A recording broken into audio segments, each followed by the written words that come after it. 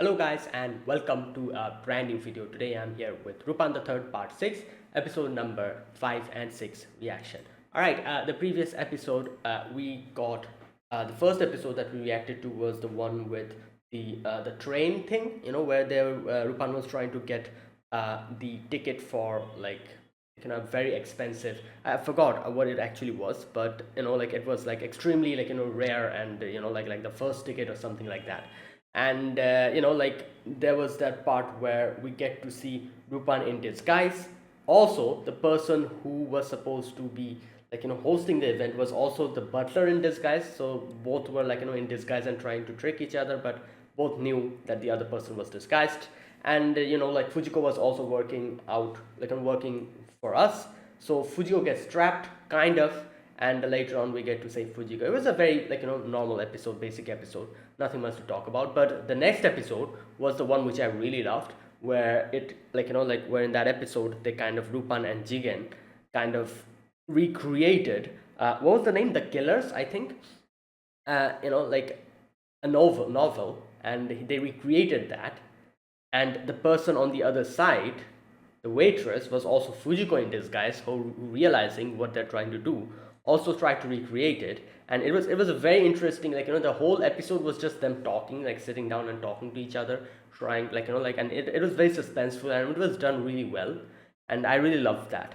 In the end, obviously everything goes down, and later on, Fujiko goes out and tracks the guy down, and apparently she was supposed to kill him, but she doesn't kill him to make it go according to the scenario, in the book. And again, it was a very well done episode, and it was suspenseful. Like, I did not understand what was happening up until the end. And yeah, that was really cool. I really liked it. Anyways, let's see what happens in this episode number 5. Let us begin. I'll be putting the subtitles and the timer here, sync to whichever is your preference, and let's begin. Right, here's the countdown. 3, 2, 1, go.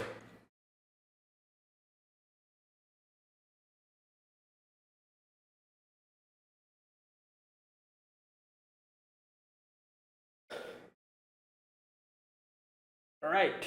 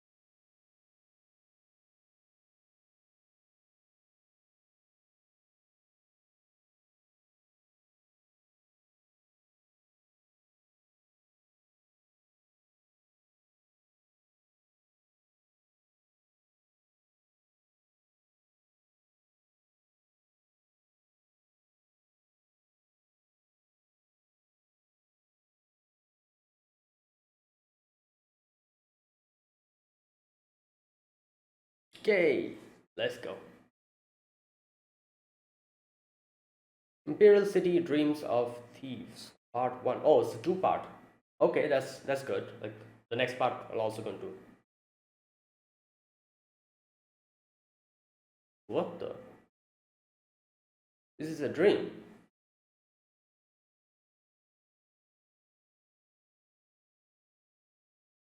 What? Hey, yo! What's going on? Was he like daydreaming in the middle of the street?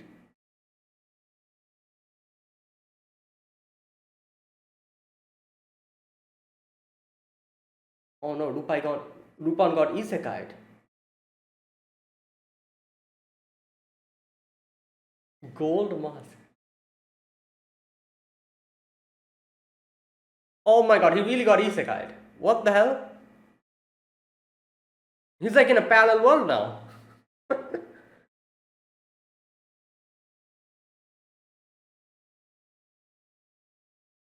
Hey yo, that's nice moves.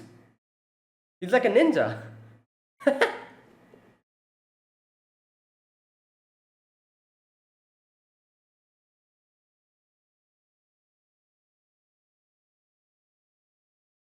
Is this like a dream or something? What's going on here?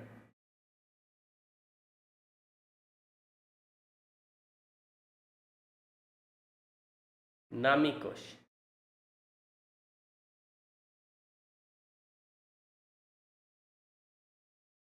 Okay.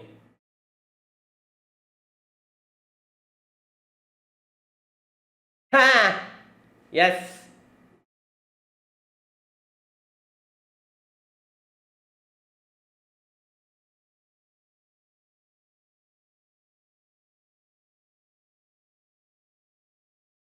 Yeah, who's this guy?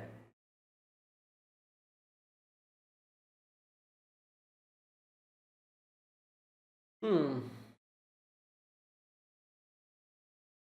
Okay, so what's going on here? This is like interesting. It's like in the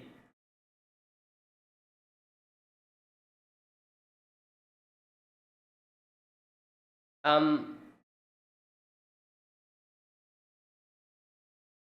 whoa, what the? She's in a okay. Hmm.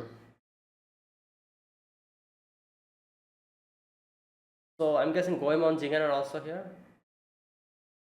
Just a tattoo on her.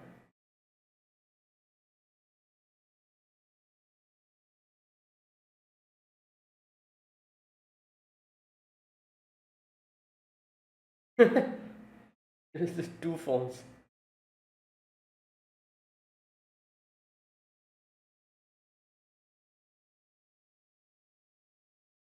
Gold mask.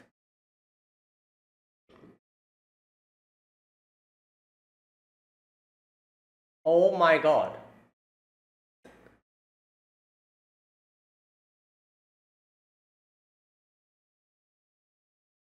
Akechi.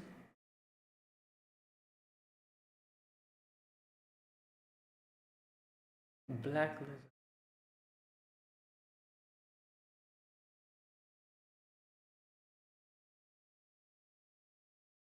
Okay, what's happening here? Yeah?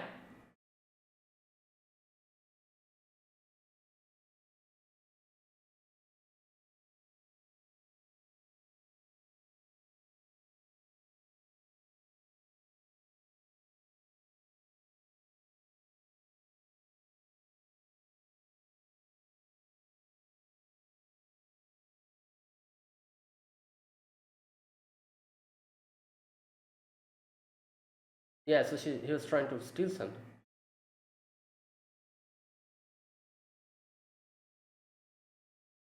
Yeah, let's uh okay.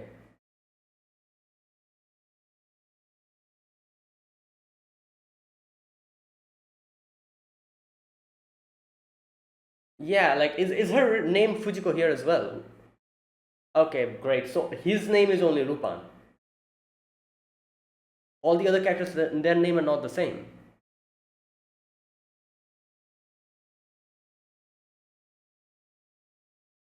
Yeah.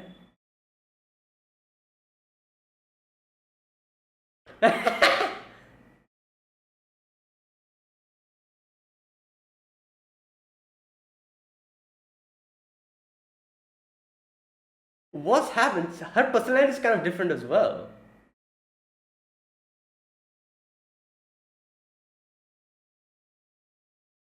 Who the hell is this?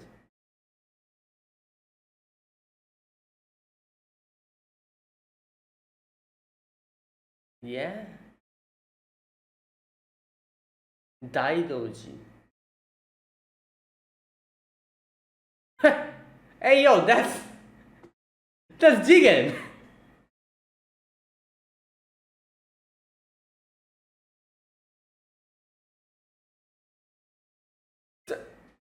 Where's Goemon? I'm thinking.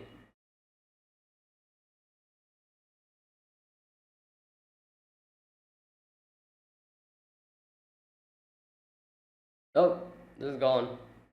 Well, that's Rupan, that's why. Oh, Oh, Jigen! Wait, is that? Yeah.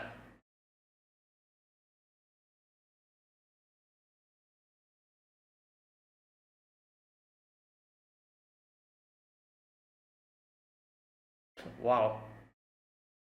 Mysterious gold. Yeah. Well, you fell for it.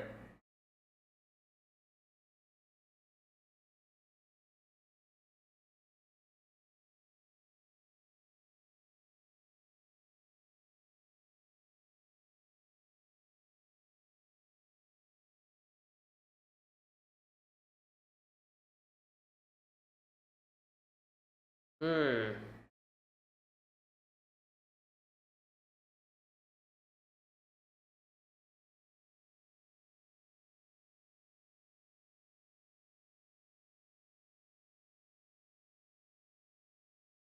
Okay.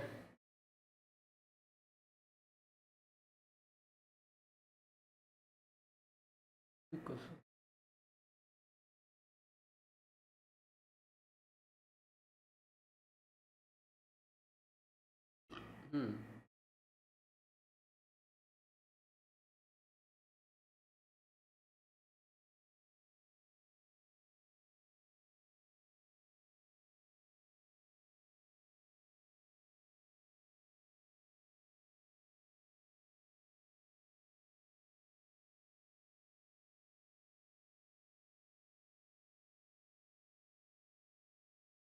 Hmm.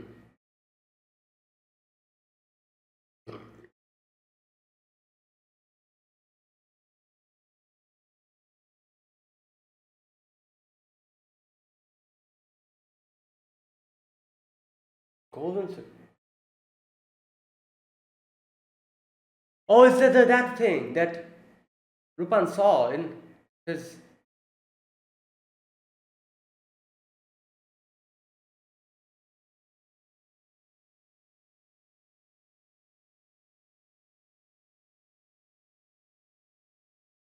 Yeah.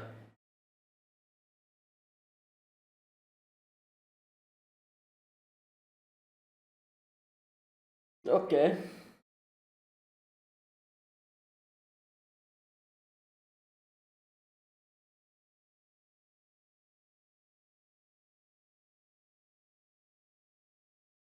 Yeah.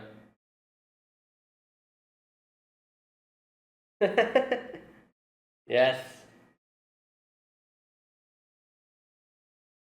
Oh, that's what is the name? Ruriko?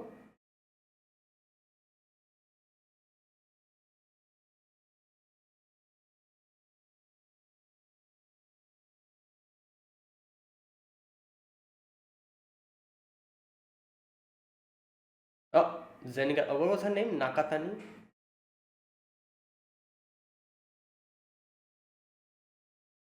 Namikoshi.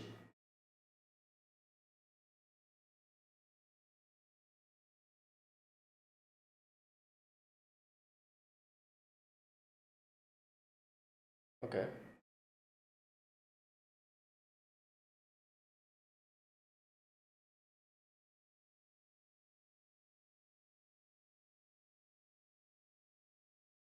Is this Tosaka Rin's voice actress? Kana Ueda, I think that was her name. Yo!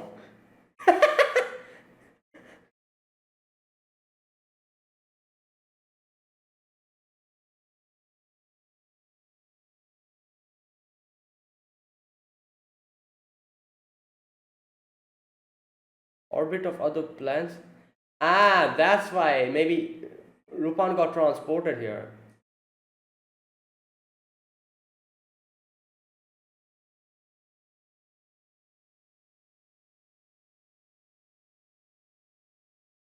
Hmm.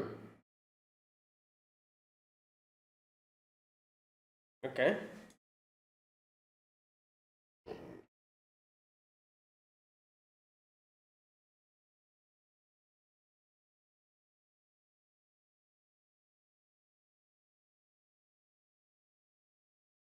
Oh, okay.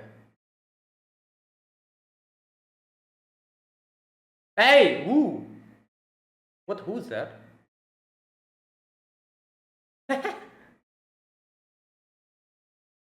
Oh, no, no, no. Okay, okay. I was thinking maybe that. Okay.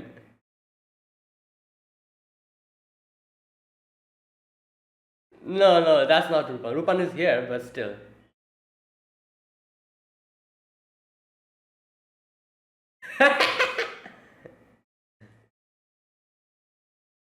Yeah.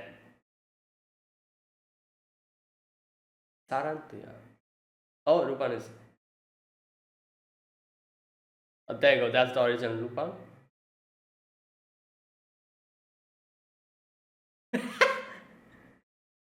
Yeah.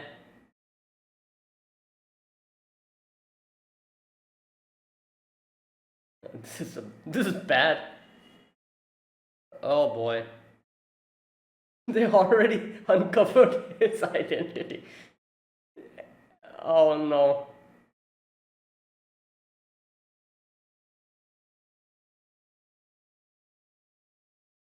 What the? What? Oh no.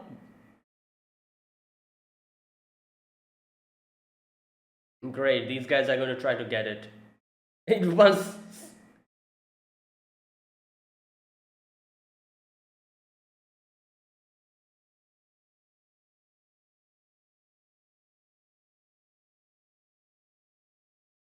Right.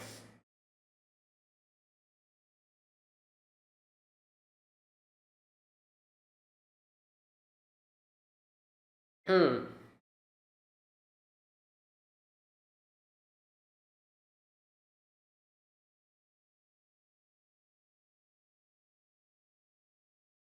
Oh, this guy's here. What's his name? Akechi, yeah.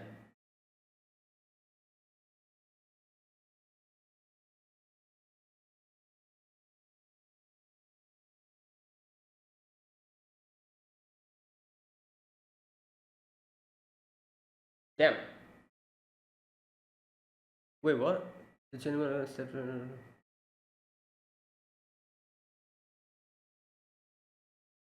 a job is done. Ah, so this was a decoy.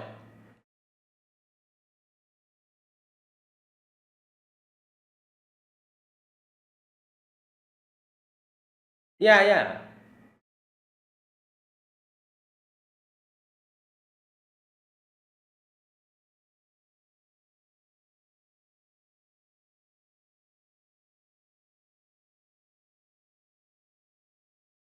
Oh, okay, okay.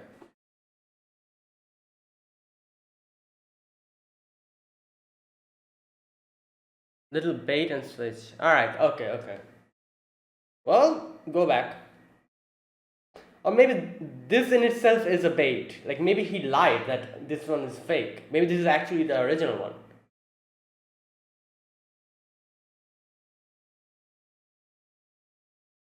Isn't Akechi Kogoro supposed to be like Zenigata's ancestor or something?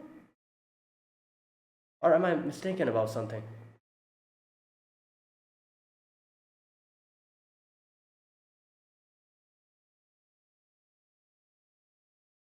Okay, there you go. So this one is the original one. Alright, there you go.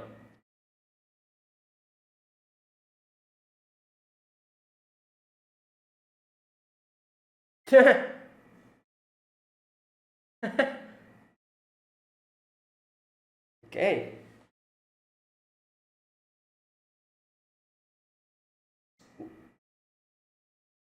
Haruna. There was a key in her on her neck. Okay, is this a boy or a girl? Haruna is a girl's name, I guess.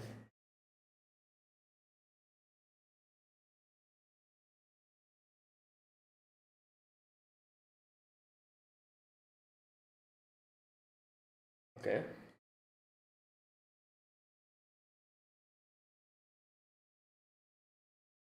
Oh, that key.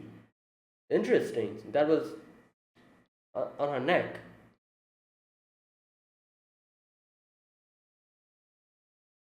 Yeah, so she found it and she use the key on it.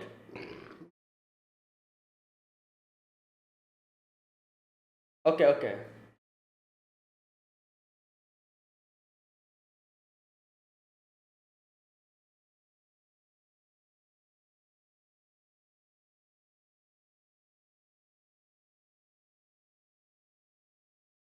Huh.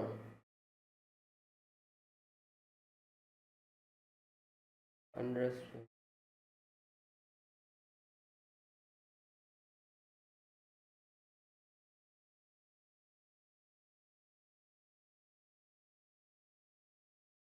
Oh, is Rupan here?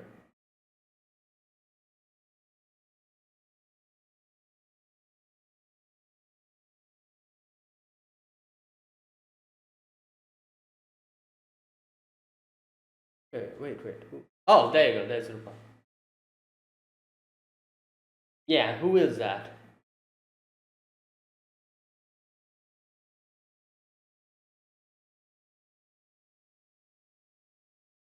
All right.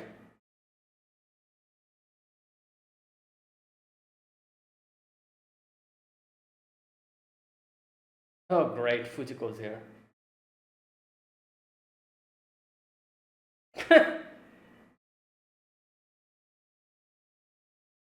Hmm. There it is.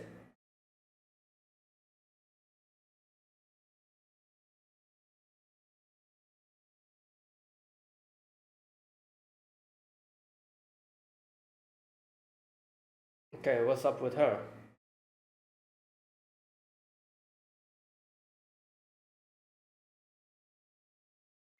All right. Yeah, nothing happened.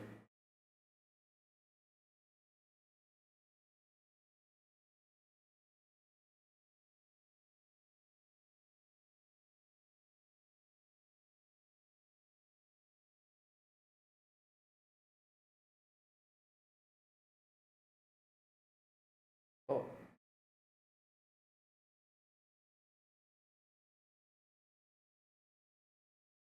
oh boy. Oh no, it's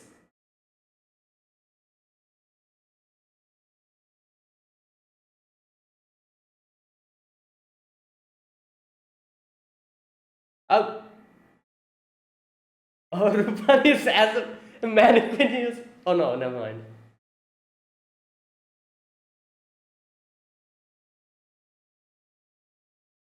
Is anyone hidden in the mannequins? Like,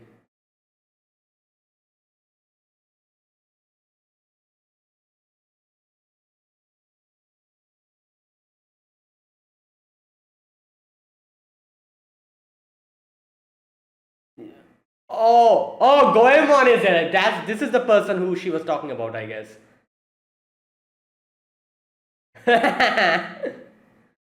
Oh, that's it. Okay. All right.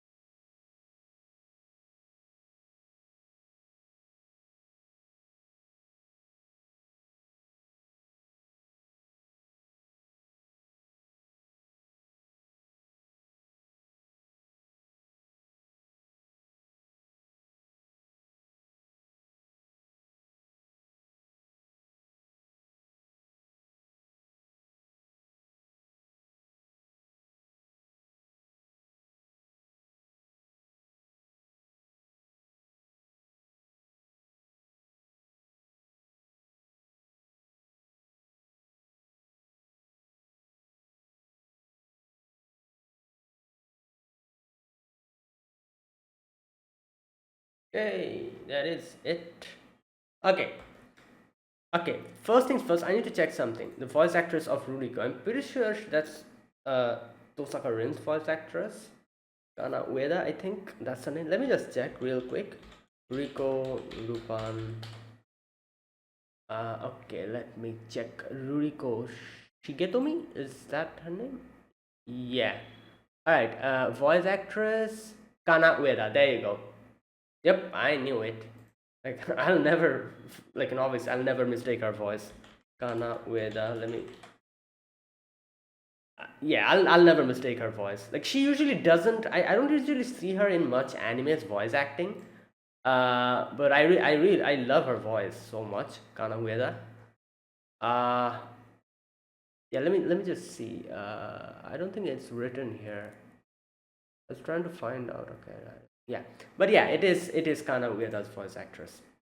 The voice actress Kana Ueda, like her voice actress. All right, okay.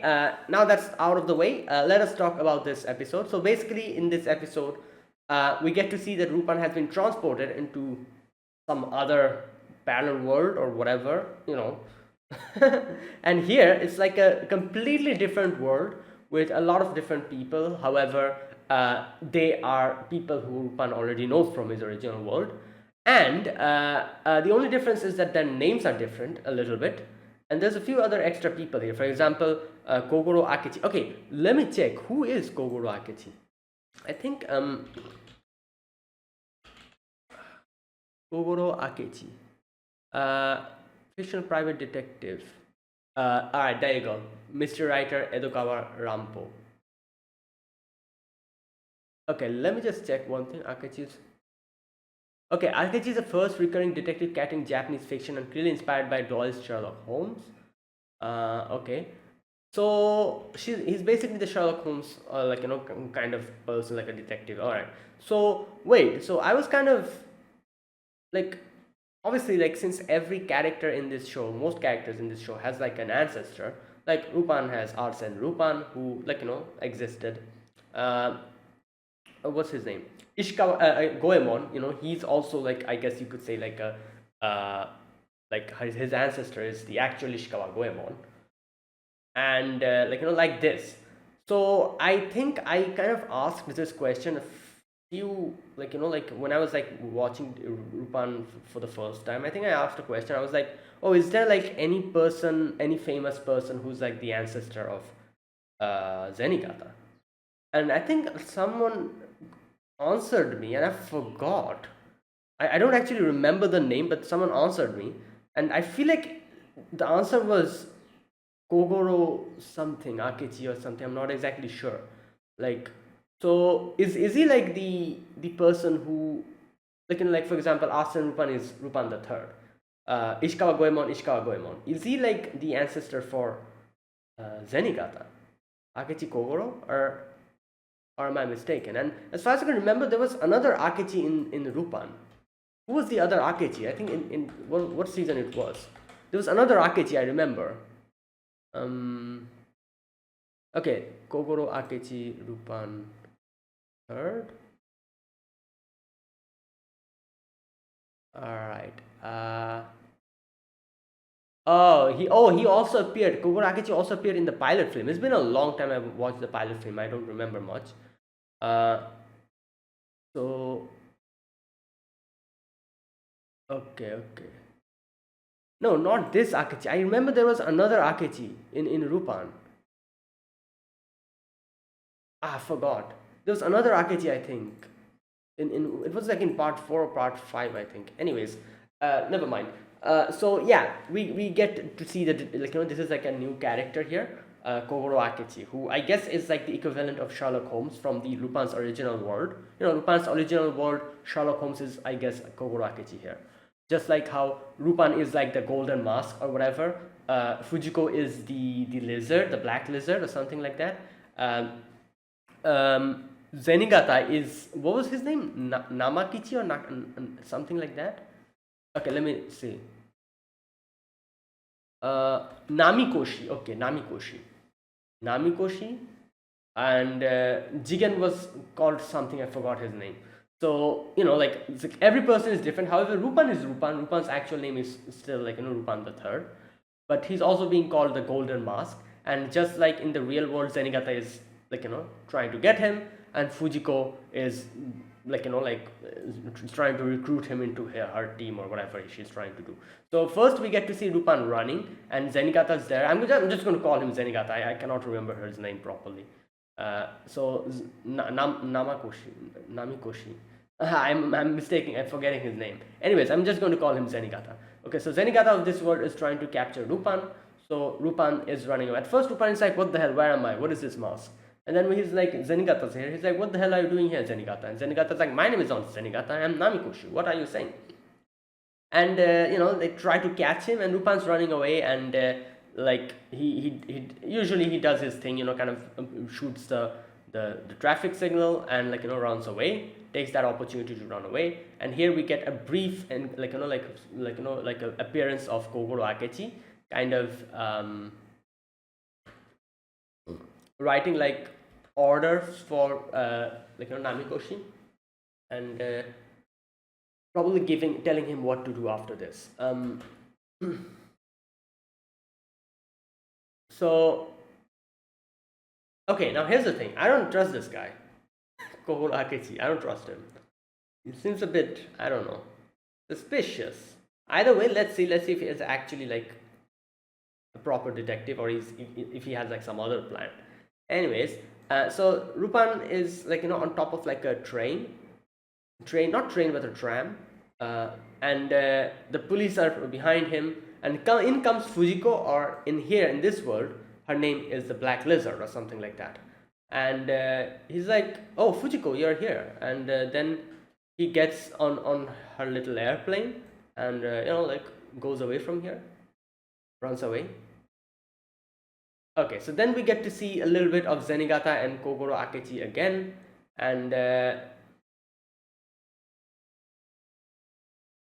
okay, and yeah, here Kogoro Akechi talks about the Black Lizard and everything, and they have that. We get introduced to the Black Lizard, and where's that part where she says, infamous femme fatale, the Black Lizard. All right, so Lupin has been captured by the Black Lizard, and he sees the the newspaper articles of how Detective Akechi exposed Lupin the Third and all that stuff, and yeah, he's in a little prison cell, and Fujiko is talking to him through the camera or whatever. So yeah, Fujiko's like, "Oh, you need to partner with me. You can do so much alone. So come on, partner with me." And that big thing. It's such a big thing. It'll be even difficult for you to steal it. So partnering with me would be the best choice you could make. And here Lupin is Lupin doesn't know what she's talking about, and he tries to kind of okay, yeah, I do know about it, and tries to get more information from her, and she kind of tells us that what the treasure is. She says it's a priceless piece from China's Yuan dynasty. Okay, so, and here Lupin gets to know that this is not Fujiko. Obviously, this is Black Lizard, and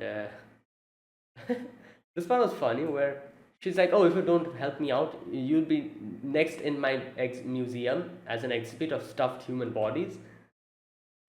And Lupin's like, "Oh, that's funny. In that case, I'll put a super goofy face like this when I die, and it'll ruin a collection." And Fujiko's like, "What the hell are you saying? Stop it." And yeah, then she disconnects the thing, and we get to see this guy here, this Major Colonel. Who is this? Okay, Colonel Daidoji. That's his name. And we also get to see Jigen also there, standing. And okay, what's his name? Major. Okay, okay, I don't think they revealed his name. So called him Major, and the other guy was a Colonel Daidoji. So anyways, so Lupin does a really good thing here. He does a little, makes a little noise, and when Fujiko switches on the camera, she sees Yeah, that Rupan is like, flying, that type of thing. And she's like, oh my god, Rupan must have ran away, and gets in, but Rupan was just there and he used the picture, the newspaper picture, to trick them. And here Rupan recognized Jigen, and Rupan was like, oh, is it you, Jigen? And then when he sees his gun, he's like, oh, you're also not Jigen, you're someone else. And so, yeah, and for, like, it's kind of, what can I say, difficult in this situation because, like, all of the Rupan's allies are not here. They are here, but they're not, like, like really his allies.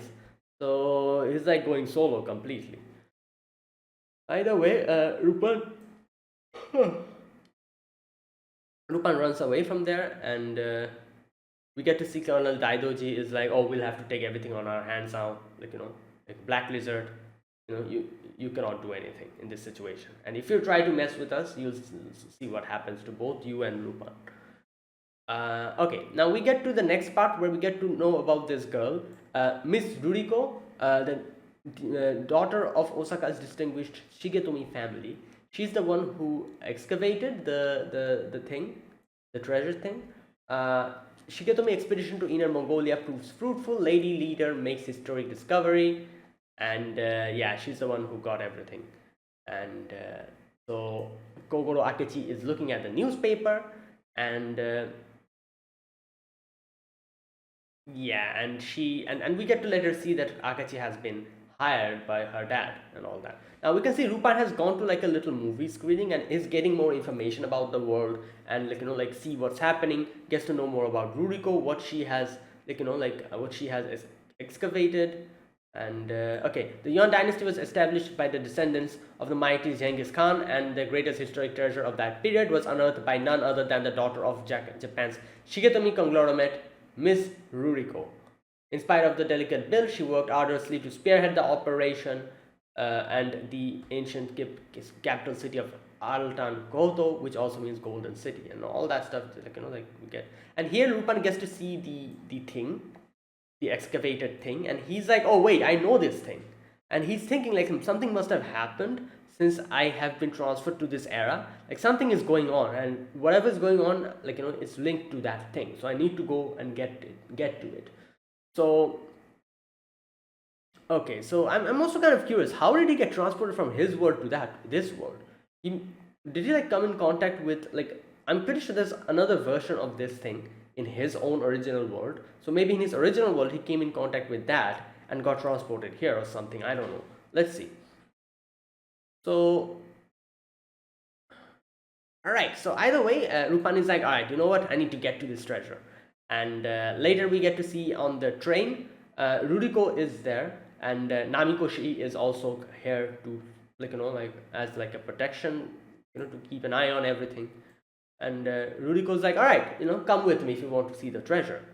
And it's funny to see like Rupan is there as like like in the disguise of like the train driver or whatever. Namikoshi just goes past him, and Rupan's like, oh my god, that was close. Either way, yeah, we come in front of the treasure, and Zenkata asks, Namikoshi asks, like, what is this thing? And she says that it's a clock. It was created under the order of Tonghon Temur, who was the last Khagan of the Yuan dynasty. And she says it not only tells the time, also displays the orbit of other planets and gives us even gives a daily fortune. So it is kind of like, like a, I guess you could say, like, what can I say, like a something that can probably be responsible for, like making someone go from one world to another, like a parallel world or something. I don't know. Okay, she also says that after being attacked by the Ming troops, Tonghon Temur fled to his ancestors' land, in which is known as Inner Mongolia. The clock was not the only thing that was preserved and passed down over the edges. As a testament to his royal lineage, his people believed that those who governed time were the one who controlled the world. Alright, so, and she was the one who found it, and she talks about it, and then like she's like, we're going to display this as like a first anniversary, like and stuff. And yeah, so now this girl, what was her name, Haruna or whatever, she suddenly comes up with this, like with a dagger, and like gets it to Zenigata's throat. And Rico was like, okay, I know how this always goes. I'm pretty sure you're Lupin, and tries to like take off the mask or whatever. Well, she's not wrong. There was a way, Lupin could have come this way, and that's usually how Lupin operates. But this time it was the actual Zenigata. And Zenigata was like, no, I'm not Lupin. Like I'm the actual police. But either way, then later on, Haruna finds out Lupin, as the original Lupin as well, and brings him here and tries to attack him. And yeah, Lupin tries to dodge. And while all of this was happening, in comes the colonel Daidoji alongside Jigen, and he's like, oh, so this is the treasure. And now he starts talking about, oh, how this treasure is supposed to be like the Japanese government's property and all that stuff. How he's also saying like, oh, since we helped you out, this is supposed to be ours and all of that stuff. Like the typical thing that happens. So like the whole thing starts getting pretty confusing, because everything's goes full on confusion mode. For example, Ruriko is here with her treasure, or the excavated thing, artifact. Lupin is here to steal it. Zenigata is here to keep an eye on it. While suddenly this major Daidoji comes in and he's like, oh, this is ours. So everything's in a mess, and then in comes Akechi. Akechi Kogoro comes in and he's like, oh, yeah, actually, this is fake. The original one, since your dad has hired me to help you out, the original one is somewhere else, or off to somewhere else. This is a fake one, which we didn't even tell you to keep it safe. So he basically, what can I say?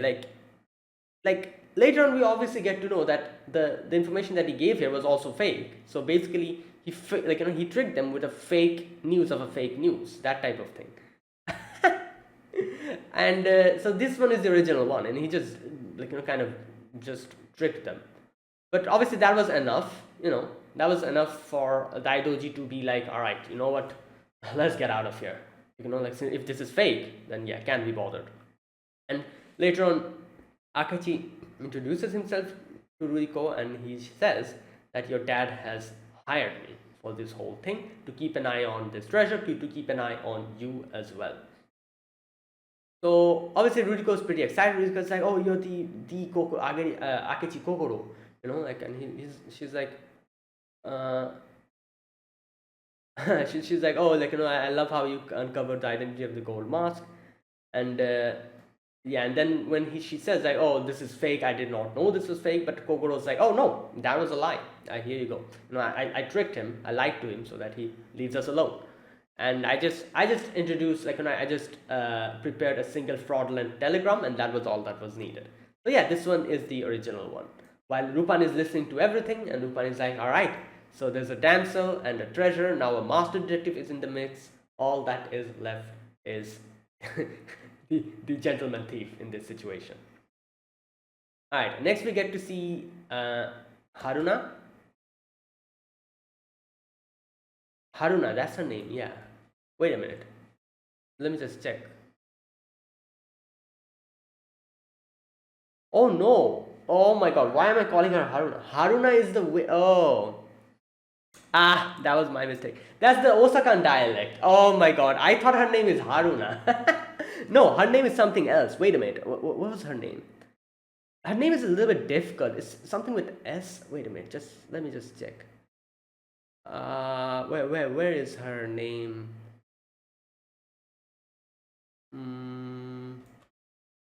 Okay. Sarantuya. Okay, that's her name. Okay, yeah, that was my mistake. I'm laughing at myself. So basically, I mistook her name to be Haruna because she said Haruna, but no, that's the Osakan dialect. The way the Osakan dialect, the Kansai Ben, I think. That's why she said Haruna. That's the dialect. So I actually thought her name is Haruna. Never mind. Her name is Sarantuya. Okay. It's a difficult name to remember, Sarantuya. All the names in this part is difficult. Namikoshi, Sarantuya. Okay, Ruriko is pretty easy to remember. And okay, anyways, so she's like, quick, come, the Osaka, the cityscape here is so different from Osaka, come, let's see. And she brings her here, and she reminisces about the day when she and Sanantuya met.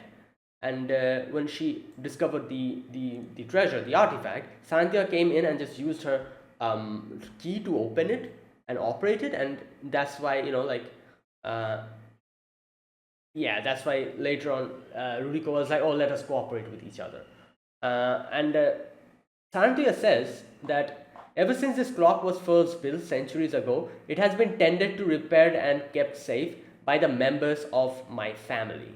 And that's why she has the key to it.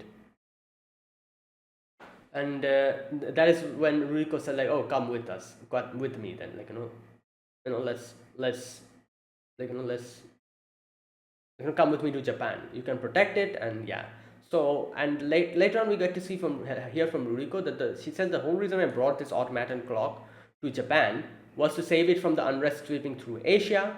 I'll not let any of the boorish soldiers lay a finger on it. And she also says, like, not only do we have Akechi with us, but I have one exceptionally tough man to employ right now, and that's why everything is fine.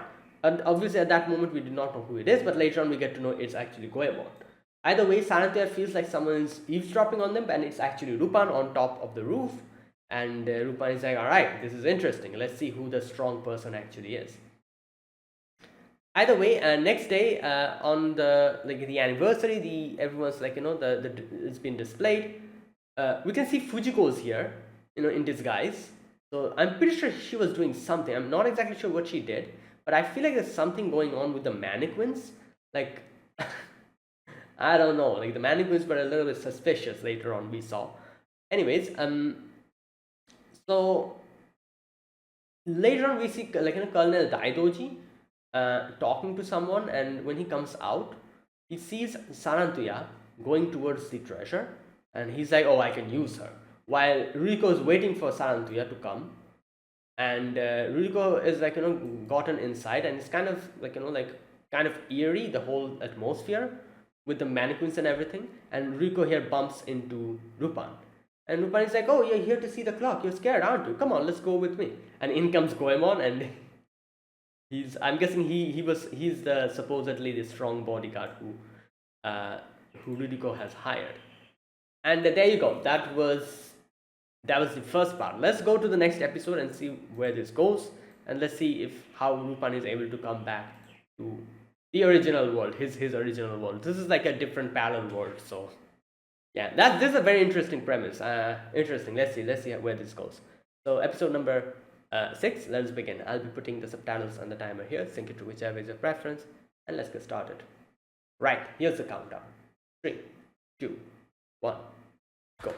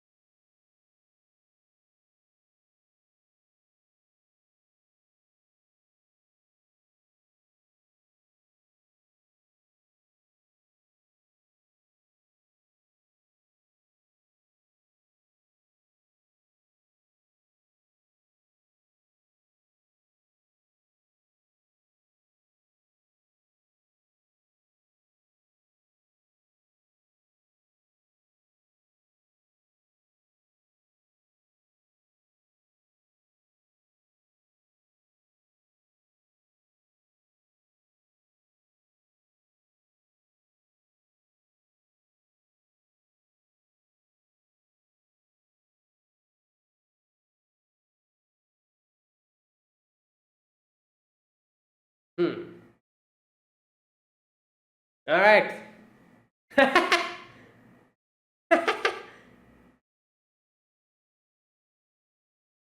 Damn.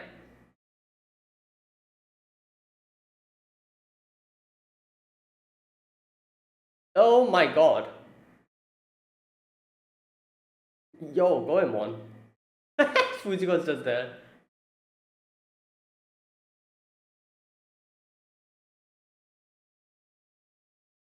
Okay. Oh wait, what? His sword broke? That's definitely not Zantetsu's skin. Yeah.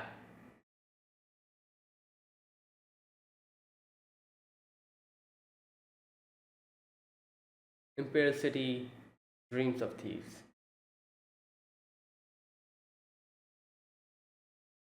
Oh, there it is. Oh, is that Daidoji?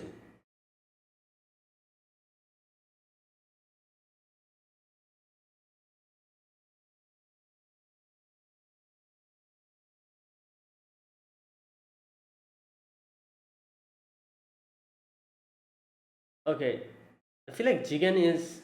Oh, I feel like Jigen's gonna backstab him or something.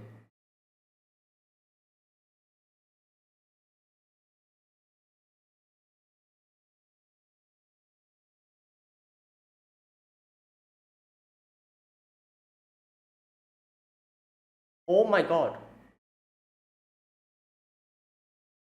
Oh damn.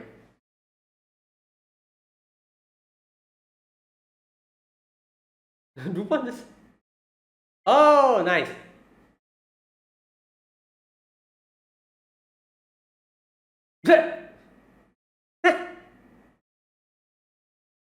Yeah.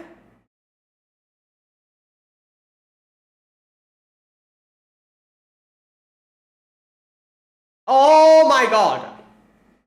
This is bad.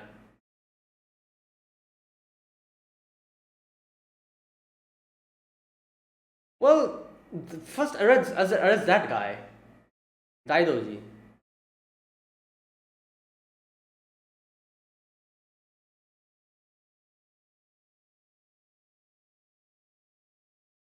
Oh no, it's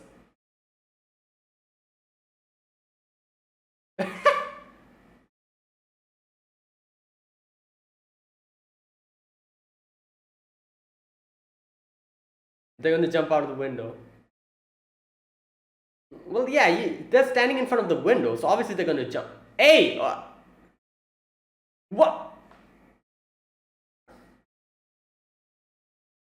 Oh my god. What the? Who?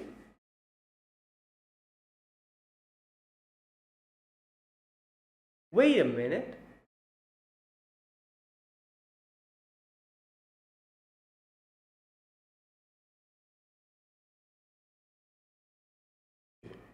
Oh no, I feel like the logo.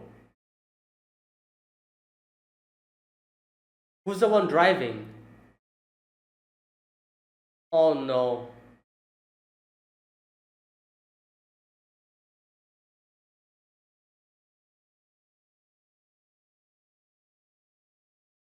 Why did she go to the clock? I don't understand.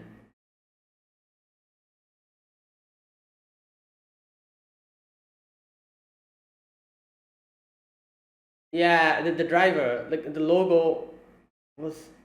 It's a different driver.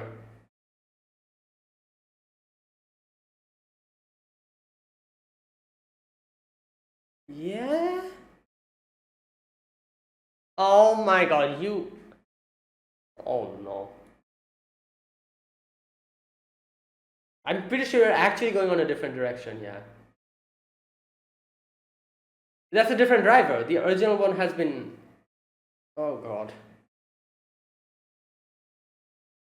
Oh, there you go, Rupan.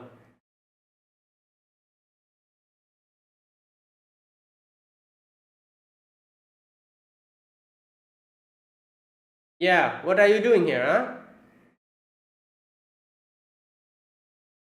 Oh, Akachi is here.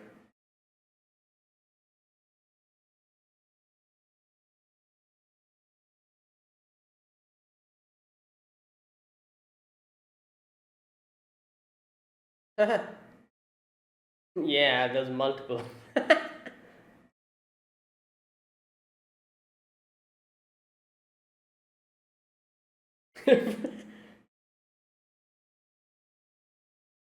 Yeah, here we go.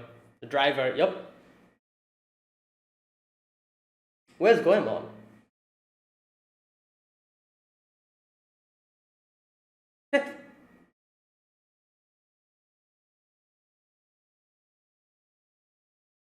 Yeah, he had his research done already. He was like, well, I'm pretty sure he was working up until now. So let's see. Oh, wait.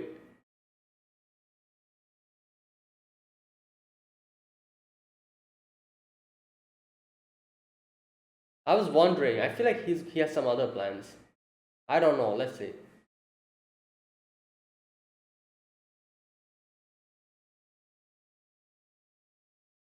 No, bullets won't work on him. Oh my god, his sword.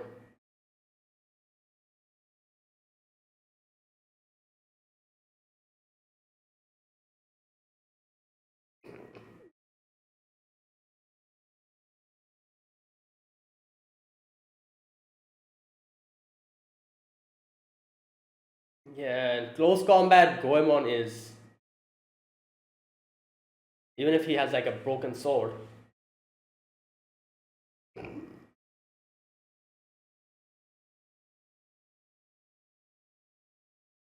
Oh, he got. Wait, did he? Damn. I thought Goemon could actually. I guess his sword is broken almost, so.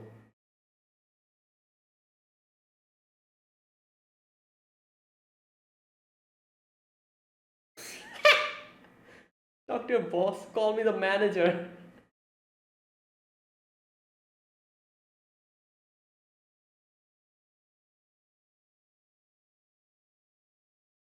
Where's Rupan? Yeah, I was wondering, why did she go there suddenly?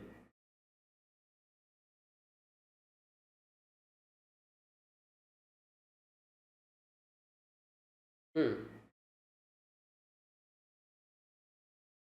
Okay, okay. But now, the trouble here is also. Yeah.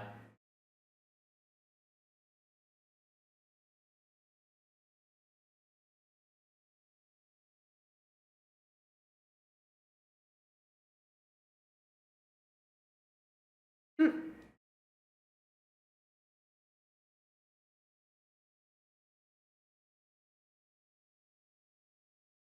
Oh, Onigiri?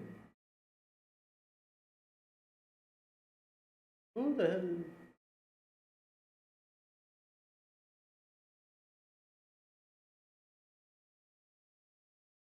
Oh my god.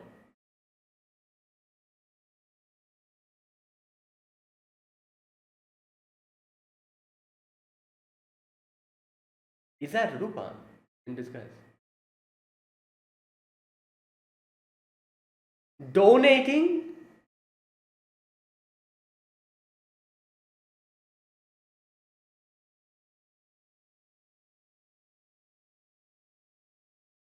Wait, why is Akachi's in?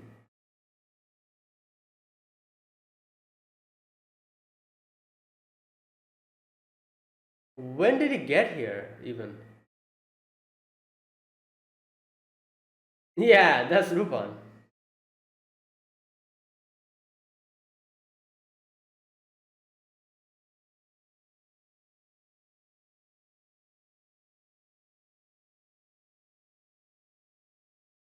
Seems of royalty officer. Huh.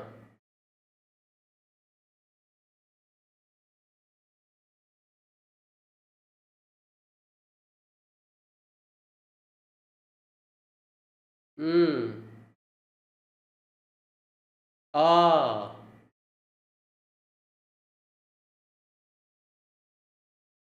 Interesting.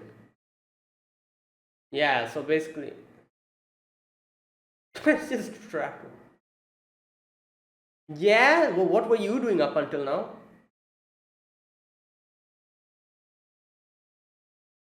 Wait, wait, what? Oh no, is that Rupan? Okay, I'm getting confused. Who's Rupan? The old man or the or Akechi? Oh my god. Then the old man is just an old man.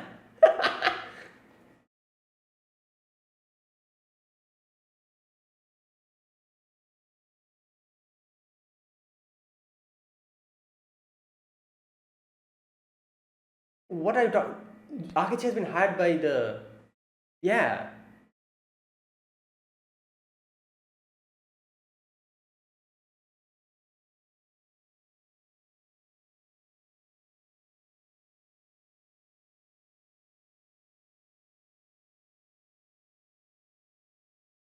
Hogo, is that his name? Jigen's name here?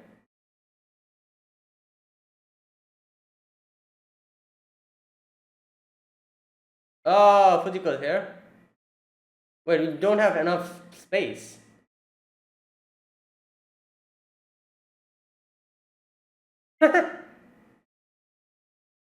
Whoa! What the hell is that?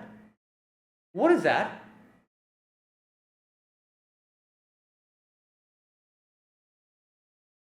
What is that? Is that a glass? What the hell is going? Why? What?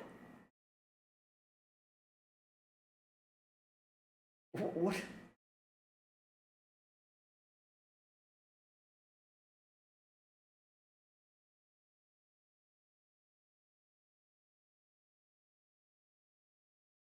Yeah.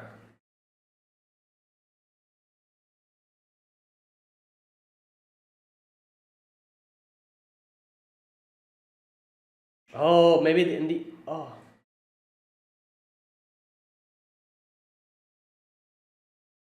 the typewriter. What the?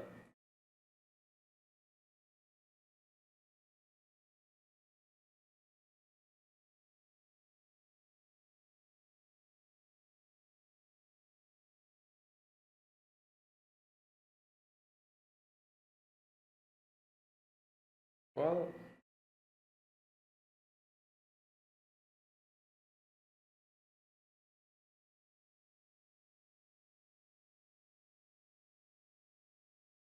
nothing's happening.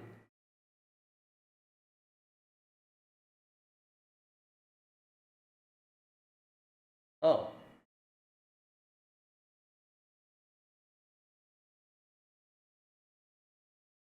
how did Lupin operate it? Oh, oh, oh my God. Oh, calm down. Oh, is this like a?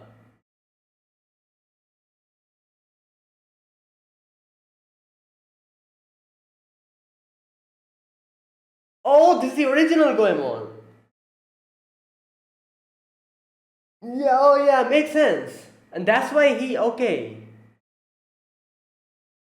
Wow, so this is the original Goemon.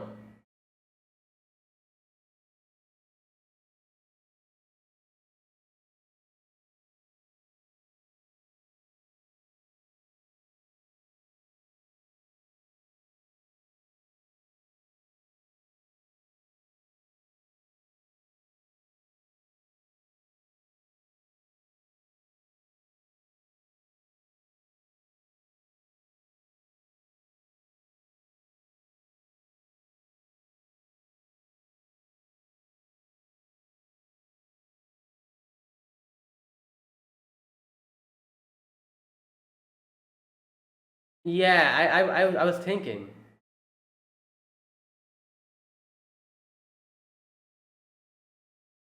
There you go.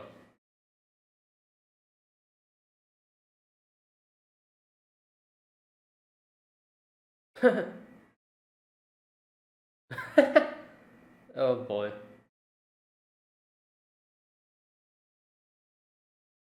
Is this the actual Jigen?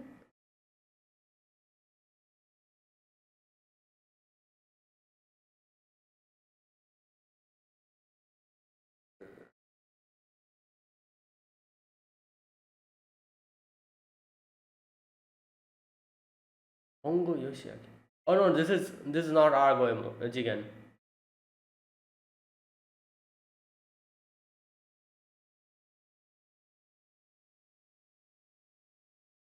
Yeah. Okay, okay.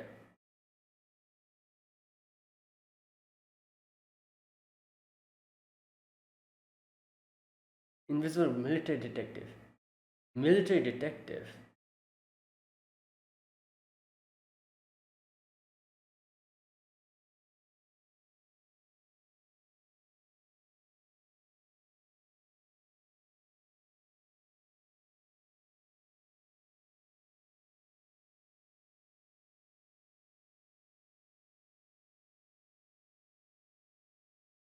Okay, so this is wow.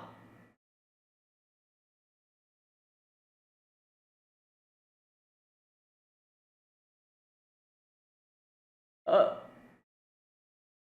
Here we go. So they trapped him here.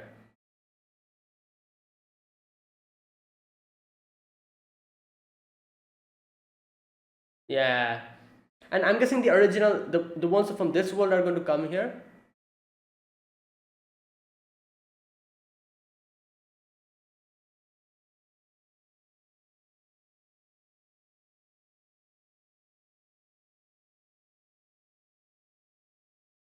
Huh.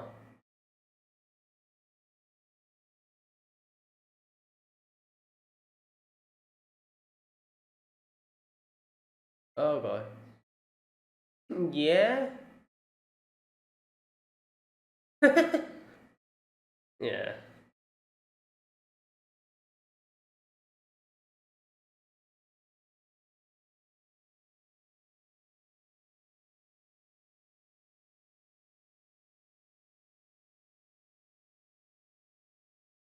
Wait, what the?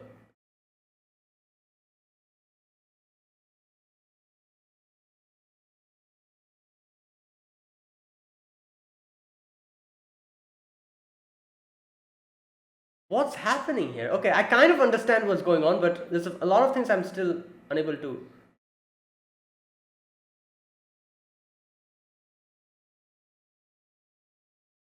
Okay. There you go, that's Zantuskan.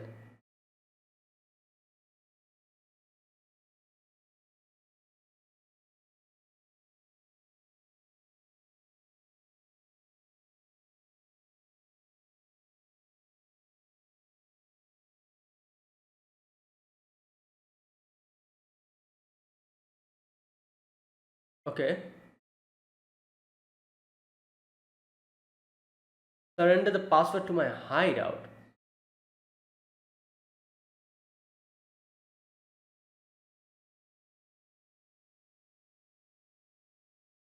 Okay.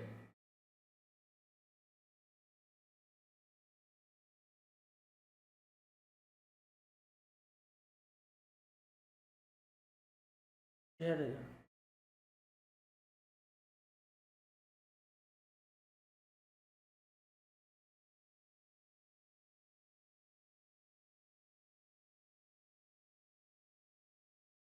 yeah, okay, okay. Yeah, it might have happened, but Ruriko Shigetomi, okay. Developer and manufacturer, okay. It was her memories. That's why.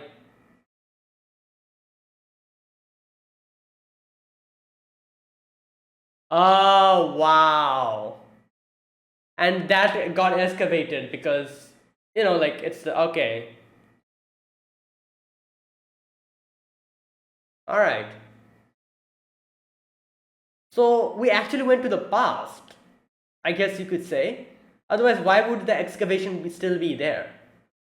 Like, it wasn't a parallel world, it was this world only, but it was just a past. I don't know. I'm not sure. Okay, this became a little confusing by the end of it. You know what? I'm going to go to the Wikipedia episode, like like and the fandom page, and read the summary so that I can properly understand. Like I understand it, but there's a few sections that I'm still a little bit confused about. Okay. Huh.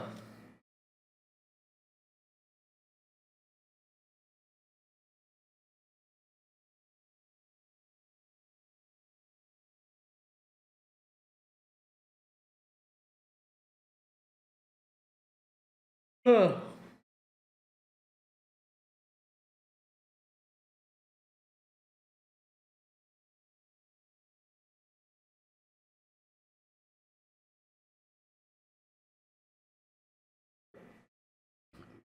that's it. Now I'm going to go to the episode, uh, Wikipedia, not Wikipedia, sorry, Wiki page, Rupan six episode. Okay, I've gone to the fandoms page. The first part of this two part, like video, this episode. I understand the first part. However, oh, there's there isn't a big explanation here. Uh, okay, never mind. I don't think there's a long summary here. There isn't a long summary. Hmm.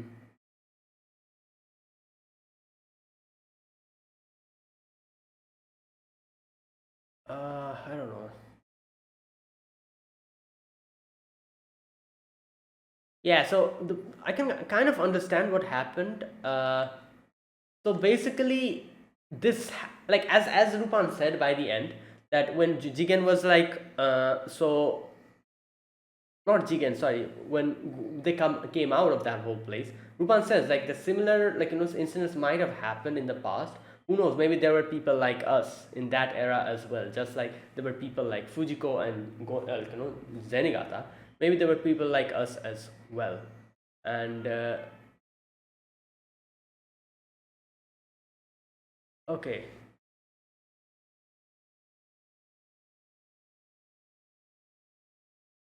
Hmm.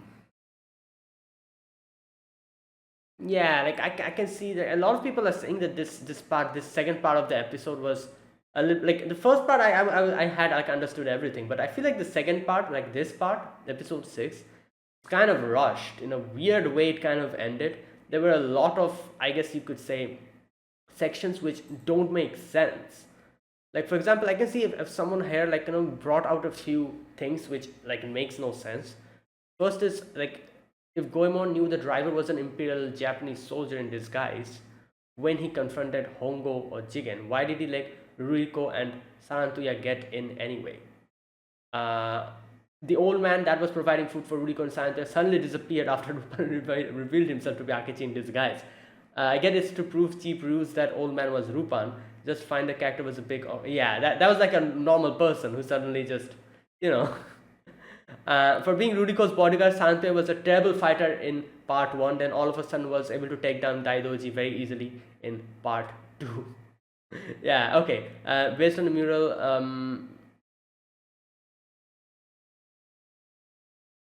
yeah, this part I don't understand. This is the biggest part I don't understand. Based on the mural, the scientists were a part of Shigetomi Corp that built the dream world within the virtual machine using Rudiko's memories. Okay, I understand that. But how exactly by sending the two to 1930s Japan would make Lupin give the password to his hideout? And not only that, why do they even need his password to the hideout? What's the point? Like Lupin, I doubt Lupin keeps anything. Like you've seen Lupin's hideout. It's basically just like dirty laundry, like food spilled, like probably beer cans here and there just lying around, like just like a normal untidy room. That's Rupan's hideout. What does do they did the researchers think that in Rupan's hideout there's like some kind of a secret or whatever, like some treasure, hidden treasure? Is that why they like why do they need the password to his hideout? Like, yeah, I can understand these parts were like were not really explained, which I don't really understand what the point was. And why would like even going to that world make Rupan give out the password? Like exactly how will she, like I don't know that. uh this one as well. The gravity in the end makes it even more confusing as to whether or not Rupan and Goemon were living Ruriko's memories, or did they indeed time travel to 1930s? After all, Rupan never mentioned if Gold Mask was an alias his grandfather used. Yeah, like yeah, there's a few things that I don't really understand by the end. Like, I understand what they were trying to do, but I feel like the execution was very weird in this episode. Part 1, episode 5 was, it like had a very good foundation, episode 5 had a very good foundation, but this episode I feel like they like just slapped in a few things together as an explanation, and it wasn't really explaining anything by the end of it. Like there's so many things that I don't understand why it happened. All right, let me talk about it. First of all, we resume from Goemon, like coming in, and Goemon, acting as a bodyguard for Ruriko. And here we can see that Goemon is trying to save Ruriko, tries attacking Lupin, and Lupin is like, oh, you don't even have, like, when the sword breaks, he's like, oh, you don't even have Zantetsuken, which kind of made Goemon realize that, oh, this must be, my world's Lupin or something like that. Well, oh no, sorry, Goemon didn't realize that. Goemon found it odd, but seeing how Goemon found it odd made Lupin realize that this must be my world's Goemon. And later on, we get to see, Sarantuya, I think that was her name. She comes to the clock thing, tries to, I don't know what she was trying to do with the key, and in comes Colonel Daidoji. Fujiko was also there. Colonel Daidoji points a gun at her, and not her but him. I guess in the end we get to know that's a boy. So points a gun at him, and slaps him, tries to get to the thing, but Lupin comes in, saves him, and everyone just suddenly pops out of nowhere. This part was also a little bit weird. At first, we see Fujiko was there standing, but then suddenly Lupin comes in. Then what's his name? That guy, Jigen. I forgot his actual name. Jigen also comes in. Fujiko just grabs the guy and slaps him, Daidoji, and then he falls down. The alarm triggers, and Namikoshi comes in, and later on Lupin and Fujiko runs away. So Fujiko has her balloon while Lupin falls, and Lupin sees the logo and realizes that they'll probably try to kidnap Ruriko and Saruntaya. Wait, what was his name? Oh my god, I forgot. Like I said, her name is difficult to remember. Saruntaya? No. Oh god, wait a minute.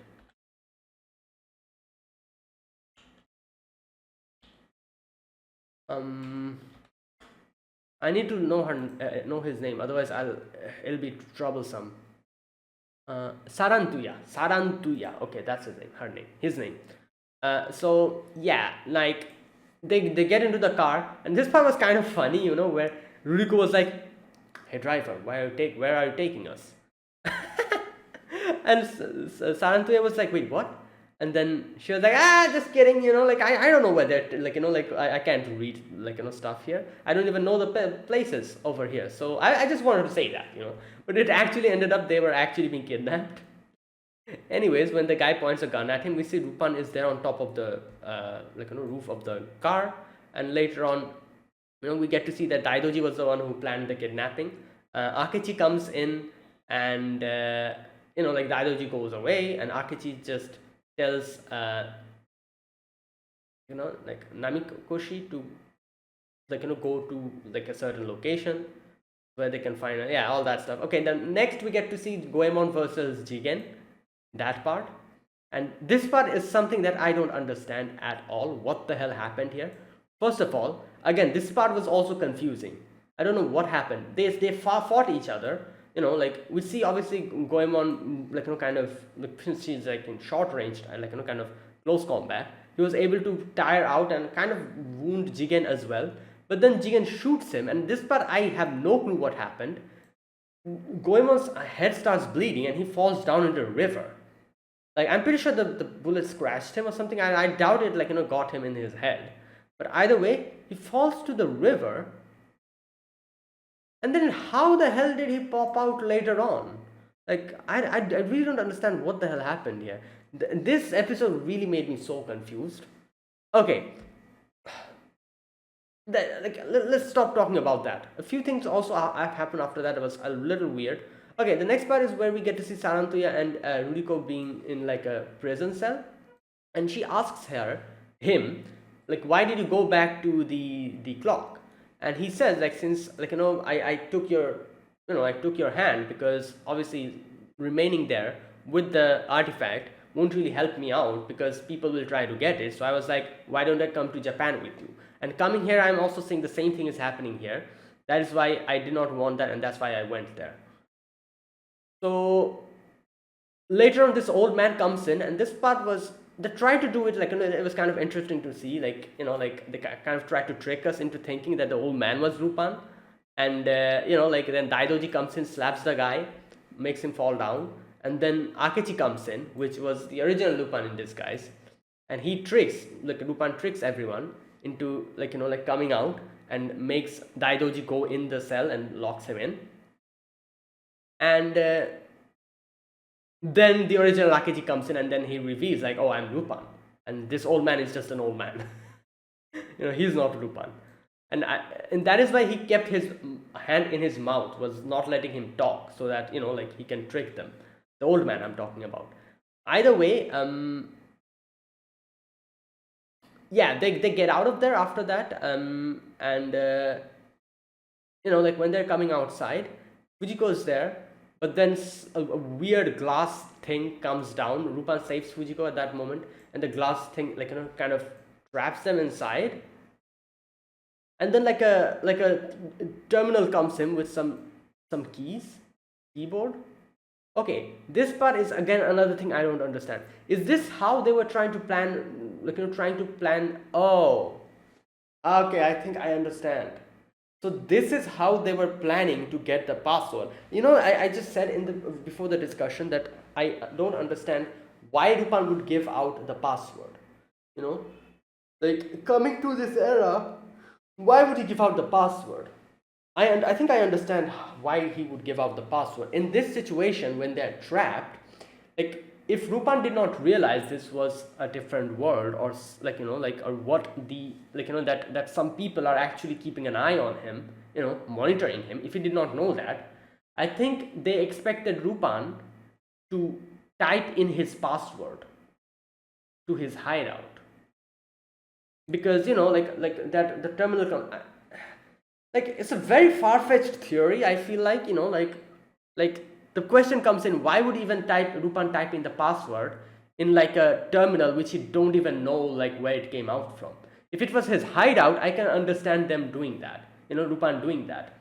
Like, Lupin goes to his hideout, and since he doesn't know that people are monitoring him, he probably tries to type in his password, which everyone kind of sees, and they get to know the password. I can see that happening, but I don't see Lupin typing out his password in a terminal in the middle of a field. In the middle of a field, a terminal pops out suddenly, and I don't see Lupin typing in his password. If it was his hideout, I can see him doing that. So I still don't understand properly, but I think that was what they were trying to do, is get Lupin to type in his password, because he doesn't know that people are keeping an eye on him. So that is why, yeah, I think they kind of expected Lupin to type in his password some way or somewhere, while he stays in the world, and they would get it then, and that is why they put him in this virtual thing, this virtual world. So anyways, I don't know what, like, Lupin does something, like, presses in like some, now I don't understand. Another thing I don't understand here is Lupin types in a password which opens a door. How did he know that? How did he know the password which is going to open the door over there? I also don't know about it. Anyways, Lupin gets in. Like, the door opens, he gets in. Now, more confusion here. How did Goemon come here? Goemon suddenly pops out and is trying to attack Lupin. Didn't he fall in the river? I am so confused about this episode. I don't understand anything. What happened here? There's so many things I have no clue what the hell happened. How did Goemon come here? I don't see he was bleeding. I don't see that as well. Like, what happened here? And here, obviously, Lupin confronts Goemon, and he says, like, you're Goemon the 13th, aren't you? And he says like, I realized it was you because you kind of flinched when I brought out Xanthi's name over here. And okay, so Rupan says like I know what's going on here. There's another thing that's going to happen after the stunt, the recent stunt that happened with the wall. And then the major comes in, the colonel comes in, and Sarantuya kind of starts like attacks him and kind of restrains him. And here they get to know that who actually Sarantuya is. And and Rico realizes that he's actually a boy. Okay, that was simply an alias he used to stay hidden. In reality, you're looking at the heir of the throne of the Altan Kotor kingdom of the Yuan dynasty, the prince of the Golden City. There you go. And it's crazy to think that a relative of the great Genghis Khan was playing dress up. I'm honestly impressed that it was good enough to fool the lady until the end. And then Hongo gets the gun. Alright, and then Hongo points the gun at him. Oh no, he throws it away. And he says that Colonel Daidoji, for the record, even if everyone in the whole damn world thinks we're cut from the same cloth, I will never be anything like you. Because Yoshiaki Hongo is his own man. Alright, let me check something. Yoshiaki Hongo.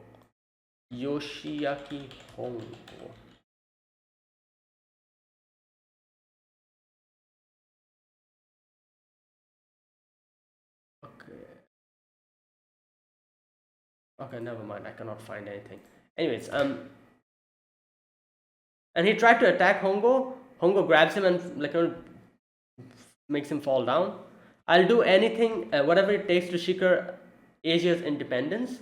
But at the same time, I'm always going to put greedy scumbags like you behind the bar. Obviously, like he cooperated with him because it was something he thought that he could cooperate with him on. But then he realized that this guy is a scumbag. So yeah. So everyone says I've heard of him. The man lauded as Japan's own dashing chevalier, an invincible military detective, Yoshiaki Hongo.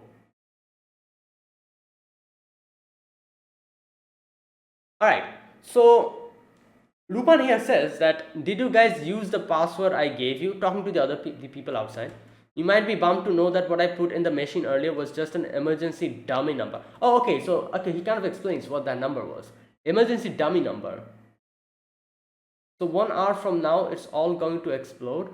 My hideout, the modest retirement stash I kept there, turned into a big old pile of... Okay, so they did expect some kind of retirement stash over there. So there's still something that bugs me in a wrong way. If these guys, why the hell were they trying to get Rupan's retirement stash? Or whatever. What did they think was there in the hideout? Like they're supposed to be like researchers and stuff. Why the hell are they trying to get Rupan's? It makes no sense. Like these guys are like researchers and stuff. They're putting him in this virtual world. Why? Just for money? I'm really not able to wrap my head around this, because this is one of the most weirdest reason I've ever seen someone put someone in. Like they went through this amount of trouble, put Rupan in a virtual world just to know his hideout's password so that they can get money. And I doubt Rupan even has money in his hideout. I doubt that. It's so weird. I don't know. So okay, I understand a little bit what Rupan did here. So Rupan says like, the terminal that came out, you thought I'm going to put my password in there? No, I put like an emergency dummy number which is going to blow up my whole hideout. So you better take me out of here. That type of thing he did. But it's so weird to see like what did they expect? What did those guys expect? That suddenly a terminal will pop out in the middle of a field and Rupan's just going to put his password in it? What is Rupan, like a 5-year-old kid? Like, why would they do that? Okay, I can understand if Rupan actually went to the hideout of this world and tried to input his password there. I could understand that. But the terminal came out literally in the middle of a field when they were trapped in it. Did those guys really think Lupin is going to input the password of his hideout over there? So many things that I don't understand in this episode. And the guys outside realize, he says like, oh, you're also going to get blow up. And these researchers, like, let's see this thing. You can see like there's like big cameras and display stuff, and there's like so many people working on this whole virtual world thing. And so you're trying to say all of these people all using so much manpower, used the virtual machine to trap Lupin inside it so that they could just get to know his hideout password. That's so weird. I don't know why. Like, Lupin is just a thief. Like, yeah, he has, I'm pretty sure he has a lot of fortune. He has collected a lot of money, and I'm pretty sure he has a huge bank balance. I'm pretty sure he must have a lot of treasure here and there.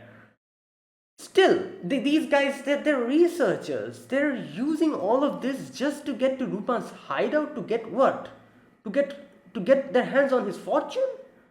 That is such a weird reason. I cannot understand why they would do something like this. Like, so many researchers here involved. Yeah, you know what? If I can understand them being this desperate, if in Lupin's hideout he had some kind of a technological revolutionary something. For example, in his hideout he had like something that could cure, I don't know, like world hunger or something. And that's why these guys are using so many things that they're trying to do to get to Lupin's hideout to get their hands on it. I could understand that. Or maybe something crazy political, some kind of something crazy stuff he has. But just for money, they're doing it. That is what is confusing me. I'm so confused why these guys are going to such a length just for money. Or do they really expect to find something really crazy in Lupin's hideout?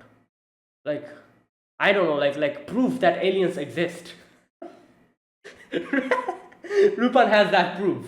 Like, Lupin has like a video recorded thing where he has finally found out that aliens exist. And that is in his hideout. And do they think that Lupin has something like this, and that's why they're doing all of this? This is so weird. I don't know. Anyways, and yeah, they say it says that if we need a termination password, or else we'll be blown into smithereens. And they're they're forced to bring him out from there. Okay, so Lupin in the end kind of explains. He said, if this world has any connection to the world I'm originally from, the schemes of these military jugheads would fall, and the dream of the country sought will amount to nothing. And Arkechi is like, so you really are from another world?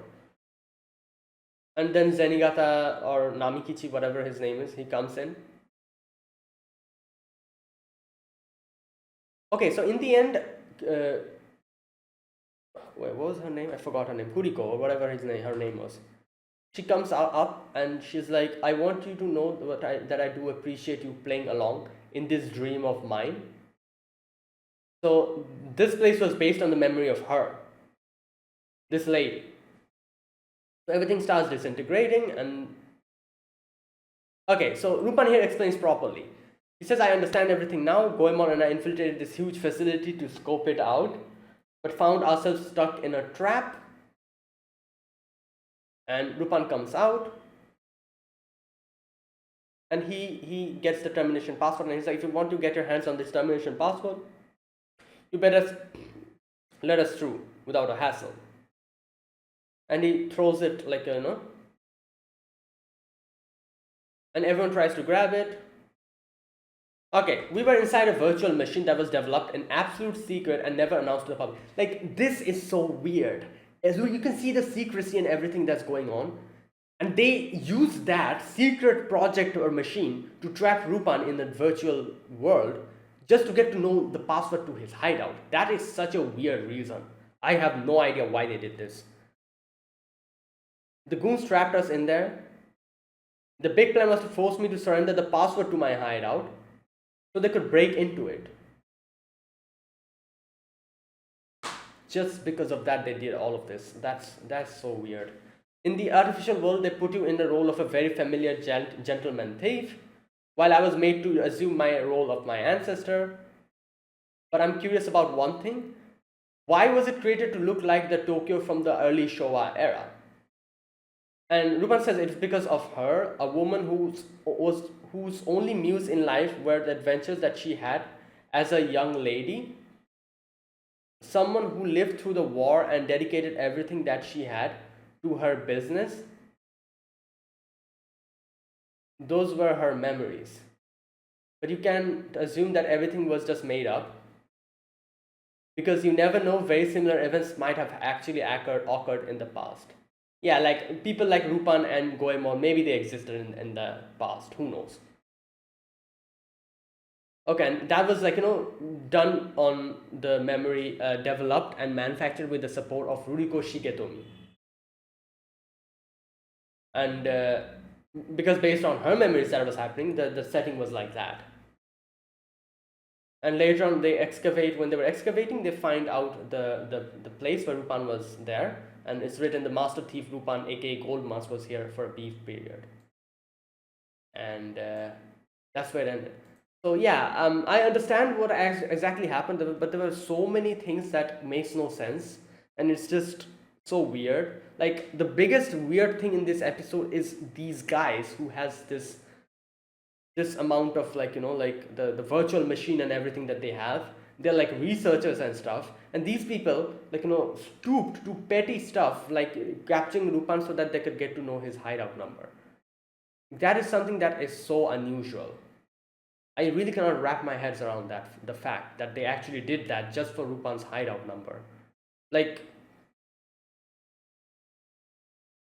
why? Like I said, if they thought that Rupan had something like groundbreaking or something in his hideout, I could understand them going through this lens. But just for money? I don't think so. I don't think they did this just for money. But then why would they think that Rupan's hideout has the stuff that they wanted?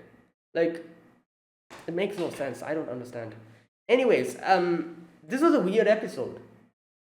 The first episode had a very good foundation, and I feel like they just, like, I don't know, I don't think they knew what they exactly wanted out of the next part.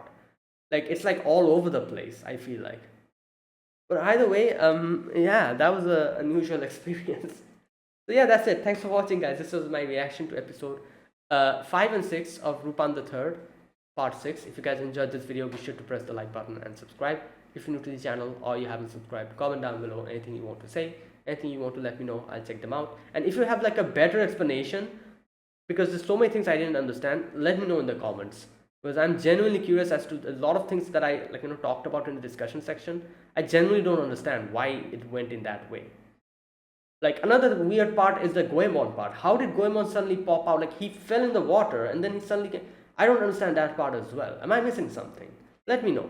Anyways, thanks for watching. Yeah, I'll see you guys in next week with 2 more episodes of Rupan the Third. Until then, goodbye and have a nice day.